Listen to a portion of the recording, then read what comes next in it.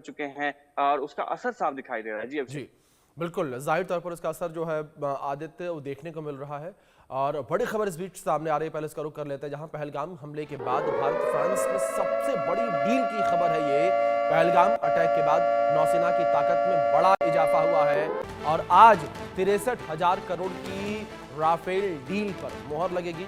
26 Rafale marine लड़ाकू विमानों के सौदे पर साइन होंगे। भारतीय नौसेना की ताकत में बड़ा इजाफा होगा। ये बड़ी खबर इस बीच निकलकर सामने आ रही है। भारतीय सेना की ताकत में बड़ा इजाफा होगा और कई लड़ाकू विमान जो है वो भारतीय खेमे में फिर से शामिल होते नजर आएंगे और भारत की सेना की मजबूती और भी देखने को मिलेगी। हमारे सहयोगी अजय भी लगातार बने हैं। अजय, रुक करूंगा मैं आपका, जिस तरीके से फ्रांस के साथ और भारत के बीच ये डील होनी है, कितनी महत्वपूर्ण ये डील हो जाती है जैसी टफ सिचुएशन इस वक्त बनी हुई है बॉर्डर्स पर। हाँ, देखिए अभिषेक, बड़ी साफ सी बात है कि भारत हमेशा से अपने डिफेंस को मजबूत करने में लगा हुआ है। और ये जो राफेल मैरिन की जो डील है, ये पिछले कई दिनों से चर्चा में थी और इसको जो है वो जी। पूरा होना था। और आखिरकार ये कल जो है, आपको बता दूं, जो जानकारी आई कि राफेल की डील जो है वो पूरी होने वाली है। इससे सीधे तौर पर जो भारतीय सेना का नेवल विंग है वो और मजबूत होने वाला है। जिस तरीके से अगर आप देखें, नौसेना लगातार, या भारत की जो सेनाएं हैं वो लगातार अपनी ताकत को प्रदर्शन कर रही हैं। राफेल के शामिल होने के बाद कहीं ना कहीं दुश्मन के हौसले पस्त करने में उनको और ज्यादा ताकत मिलेगी। और राफेल जो है एक अत्याधुनिक मॉडर्न जो है जेट फाइटर है, और इसी के लिए फाइटर प्लेन की अगर आप जंग देखें, मॉडर्न वॉरफेयर कहीं ना कहीं वो जमीन पर नहीं बल्कि आसमान से लड़ी जाती है। तो ऐसे में राफेल के आने से और ताकत जो है वो बढ़ जाती है। खासतौर पर समुद्र में अगर आप देखें तो अपनी जो दुश्मन है उनके हौसलों को पस्त करने के लिए, उनकी चाल को नाकाम करने के लिए भारत जो है वो बेहतर से बेहतर तकनीक वाले नए फाइटर प्लेन्स हों, चाहे वॉरशिप्स हों, चाहे वो पनडुब्बियां हों, उनका जो है वो निर्माण कर रहा था। और अब राफेल की डील जो होने वाली है, 26 राफेल जो है वो भारत को जी। मिलेंगे, और उससे कहीं ना कहीं एक बड़ी बेहतर जो अपना सुरक्षा तंत्र है वो हो जाएगा। ऐसे में जब पाकिस्तान के साथ युद्ध का की चांसेस जो है वो चल रहे हों, या पाकिस्तान धमकियां दे रहा हो, ऐसे में नौसेना हो, वायुसेना हो, या फिर थल सेना, वो किस तरीके से कैसे बेहतर कर पाएंगे, दुश्मन को पस्त कर पाएंगी, उसके लिए तमाम चीजें जो है वो डिफेंस मिनिस्ट्री सोच रही है। बिल्कुल। इस बीच एक बड़ी खबर निकलकर सामने आ रही है, उसका रुख कर लेते हैं। बड़ी खबर है पहलगाम आतंकी हमले से जुड़ी हुई, जहां हाई अलर्ट पर जम्मू कश्मीर पुलिस है। आतंकवादी जो है खतरनाक प्लान बना रहे हैं। सूत्रों के हवाले से एक बड़ी खबर निकलकर सामने आ रही है। आतंकियों के द्वारा एक खतरनाक प्लान जो है बनाया जा रहा है। छुट्टी पर गए सैनिक और पुलिसकर्मियों को निशाना बना सकते हैं और रिटायर्ड पुलिस अधिकारियों को भी सतर्क रहने की सलाह दी गई है। एक बड़ी खबर निकलकर सामने आ रही है। आतंकियों के द्वारा अभी भी प्लानिंग प्लॉटिंग की जा रही है, हमले की तैयारी की जा रही है और हाई अलर्ट पर जम्मू कश्मीर पुलिस अब आ चुकी है। जिस तरीके से यह खबर निकलकर सामने आई, आतंकवादी जो है खतरनाक प्लान बना रहे हैं।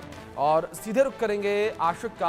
आशिक, जिस तरीके से कि बड़ी खबर निकलकर सामने आ रही है, क्या इंफॉर्मेशन आपके पास इस खबर को लेकर, जिस तरीके से पहलगाम आतंकी हमले के बाद एक बार फिर से आतंकियों के द्वारा प्लान तैयार किया जा रहा है और इस प्लान के तहत रिटायर्ड आर्मी ऑफिसर्स को और छुट्टी पर गए जवानों को टारगेट किया जाएगा?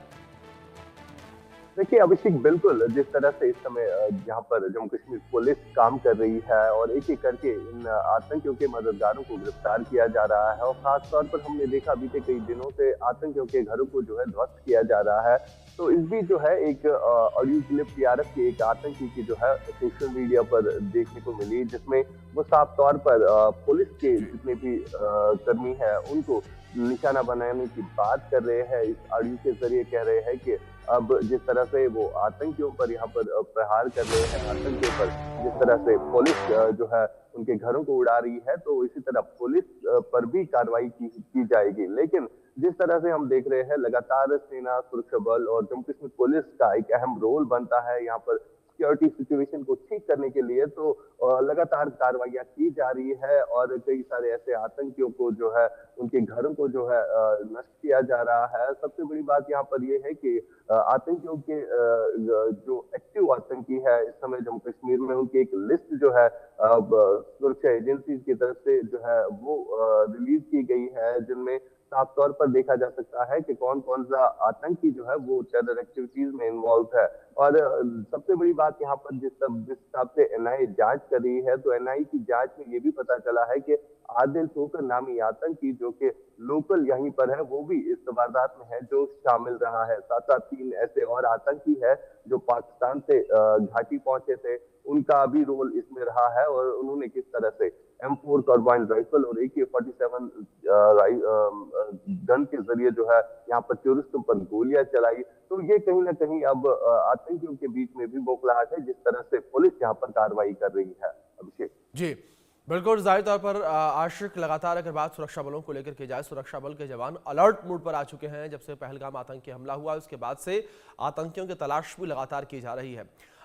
दूसरी ओर अजय, अगर बात अमेरिका को लेकर की जाए, अमेरिकी राष्ट्रपति ट्रंप का एक बयान बड़ा चर्चाओं में बना हुआ, उनका एक रिएक्शन जो है वो बड़ा चर्चाओं में बना हुआ है। उन्होंने जब भारत पाकिस्तान दोनों को लेकर कहा कि दोनों के मैं बेहद करीब हूं, उनका जो डिप्लोमेटिक ही आंसर निकलकर सामने आया इस आतंकी हमले के बीच, वो भी चर्चा का विषय लगातार बना हुआ।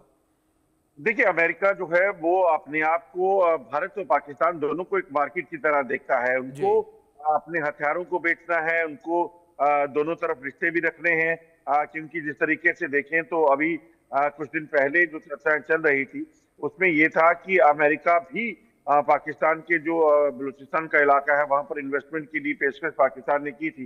तो वो अपने आप में उस तरह से सोच रहे हैं, मगर एक चीज बड़ी साफ है कि अगर जंग होती है या भारत कार्रवाई करता है और उसमें ना चीन ना अमेरिका जो है वो किसी का साथ दे सकेगा, उसके पीछे की वजह बड़ी साफ है।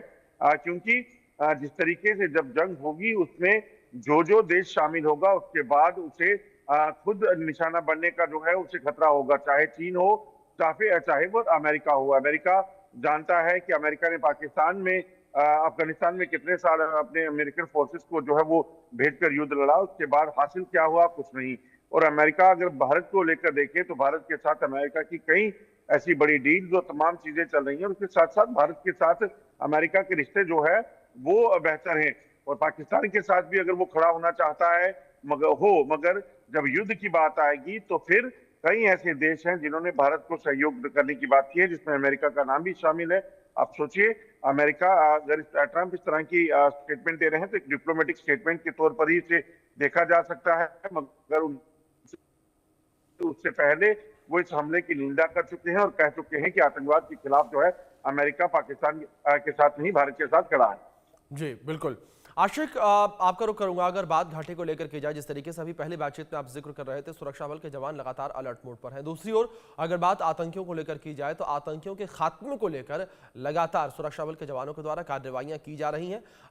पहलगाम आतंकी हमले के पहले भी ये कार्रवाइयां की जा रही थी, लेकिन आतंकी हमले के बाद कार्रवाइयों में और थोड़ी तेजी देखने को मिली है। कई आतंकियों के घर ढा दिए गए। आशिक, अब ऐसे में क्या अपडेट्स मिल रही हैं, किस तरीके से आतंकियों को चुन चुन कर निशाना बनाया जा रहा है सुरक्षा बलों के द्वारा?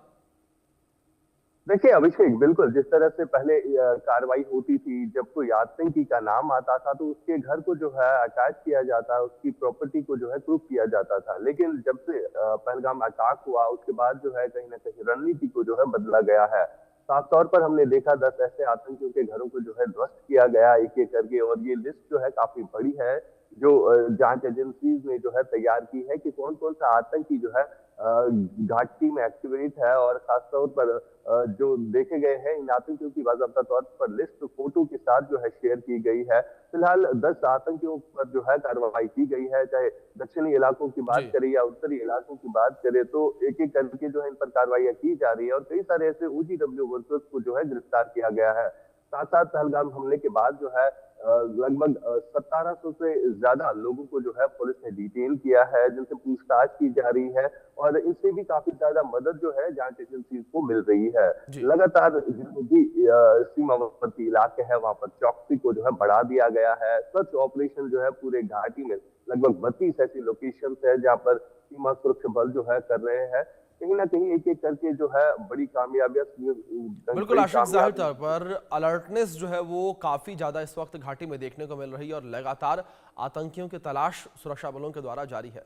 फिलहाल अजय और आशिक, आप दोनों का बहुत शुक्रिया जुड़ने के लिए और इन तमाम जानकारियों के लिए। वक्त ब्रेक का बने रहे इंडिया न्यूज के साथ।